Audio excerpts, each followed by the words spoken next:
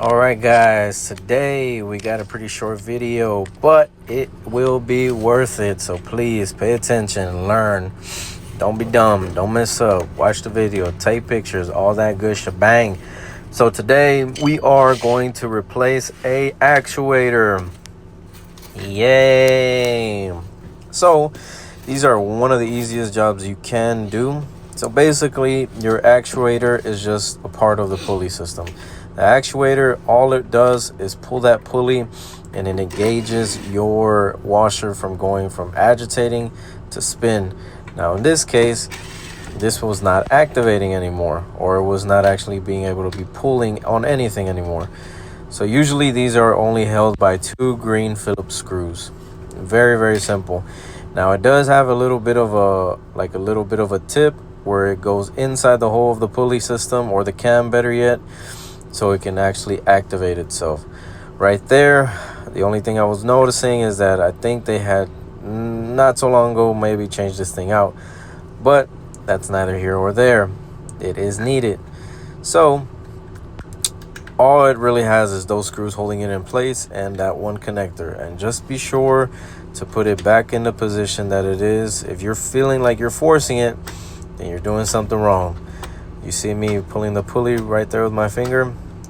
That little notch is gonna go inside the hole of it, and it has like pins as well, like I think about 3 or 4, and it sits in place. After you do that, go ahead and put on that Phillips screw and you are good to go. So yeah, these are very, very simple. These are literally my kind of jobs that I love doing because they are very simple. And the length of this video is literally how long I took to replace it. Not even 4 minutes. So if I can do it, I know damn well you can do it. So this is, like I said, it is only to help your washer go from agitating to spin. Now, if you want to see if it works, follow these steps. I believe I put it into manual diagnostics mode to be able to actually, bypass it and just go straight into that setting. So you'll start in the middle, go 3 clicks to the right, 1 click to the left, and then 1 to the right. You see those lights? As soon as they start to turn together, you start going at it. Now, if for some reason you can't keep up with this one, what I am doing right now, I'm just basically testing the hot and cold water valve. And then I'll eventually test the drain pump, and then on the other side I'll start testing the agitating, and then the 2 separate speeds of agitating, and then the spin.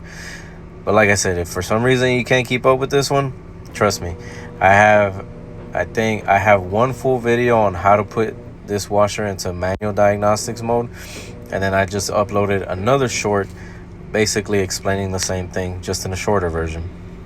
So this little technique saves you a lot of time diagnosing, because it's gonna let you know exactly what is failing and what is not. So kind of learn this, memorize it. It is very, very, very good, very, very useful. And it's not only Maytag, it's Maytag, Amana, Whirlpool, X, Y, and Z.